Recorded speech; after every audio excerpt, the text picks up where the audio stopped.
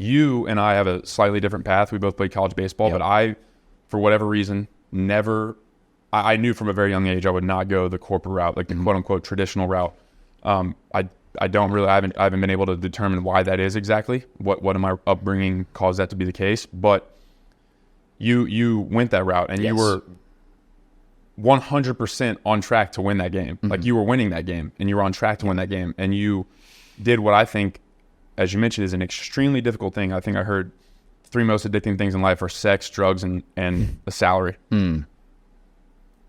It's sort of a twofold question. So you had the cojones to say, I'm done with this. I have more in my life that I want to do than this. I'm not saying it's bad, but you had a calling, and you chose to jump into the abyss, the unknown. And here we are figuring out how to get out of that, or not get out of that, but like to elevate ourselves.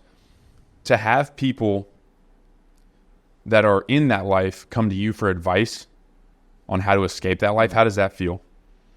Knowing that you were once fully in it. I mean, it's definitely encouraging to me.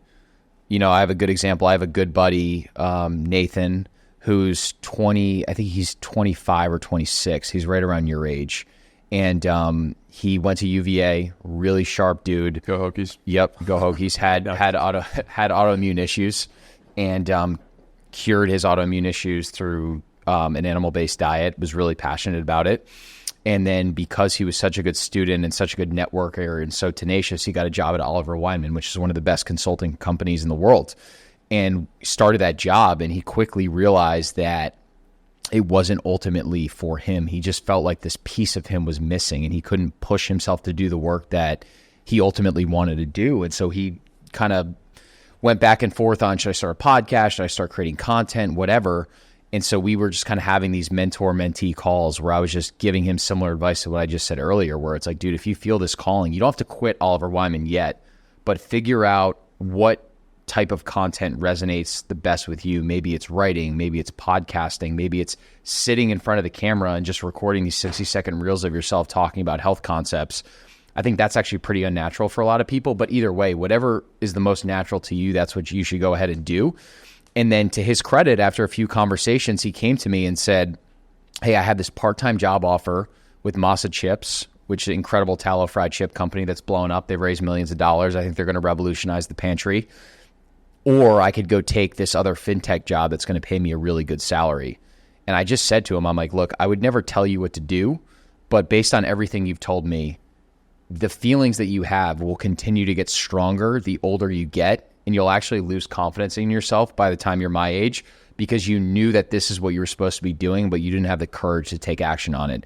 And you're such a talented guy, Nathan, that if Masa Chips doesn't work out, you'll find something else to do in corporate America like that immediately. But I said to him, I was like, what's holding you back? He said, honestly, it's more so just the finances of the part-time job versus the full-time job. And I said, well, either way, I think you should take the part-time job. But if they're telling you there's not a full-time role offered, why don't you create a full-time role for yourself? So we worked together. We put together a whole playbook of his sales process, who we would reach out to, whatever. It took like an hour and a half of work. He just submitted it, and then immediately they offered him a full-time job like 2 days later, and he's been crushing it there. So it's just a long-winded way of saying it's only going to continue to get more difficult as you get older. And I really felt that feeling when I was around your age too. I was always hyper-competitive playing baseball. My dad was in sales. I loved the vibe, the energy, the fast-paced culture of New York City. And when I was 21, that's ultimately what I wanted to do, and that's where I wanted to be. I loved it when I was in it. I was the first business development hire at a 30-person fintech startup in the city, was flying across the country, meeting with these CEOs that were 50, 60 years old, trying to pitch them our technology. And I was 23, and that really sharpened me up. And so like a lot of the methodology that I use in terms of how I get guests on the show, the way that I get investors for Noble, the way that we get new clients for the marketing agency, that's from the lessons that I learned at 23. But while I'm working this job, I'm healing from ulcerative colitis. I'm going carnivore. I'm transforming my health. I'm doing these marathons and ultra marathons. And I find myself really gravitating towards that bucket versus sales. And I had this realization in the middle of COVID that I wasn't inherently passionate about what I was doing from a sales perspective. I was just competent at it, and I was competitive. but there was something in this like black box of health and wellness that just kept pulling me in and pulling me in. And I would just listen to podcast after podcast and buy product after product. And I always had this imposter syndrome. And I had this realization that I've always wanted to do something entrepreneurial. I'm single. I don't have kids. I don't have any overhead. And then when Harry and I started growing the podcast and the Twitter account started blowing up, I'm like, dude, this is literally your sign from God that this is what you're meant to be doing. And so my thought process was, well, if I can get 2 clients from the marketing agency and just pay for my rent, pay for my food, and break even, I'm good. And then I have like $150K worth of savings that I can live off of if I needed it. And I'm willing to go to zero or whatever it takes to make this thing work. And so it was really the fear of how I would feel when I was 50 not doing this, more so than the potential rewards, which I think is a really good exercise. And you as a man need to understand, am I motivated by the carrot or the stick? And I think there's a place for both.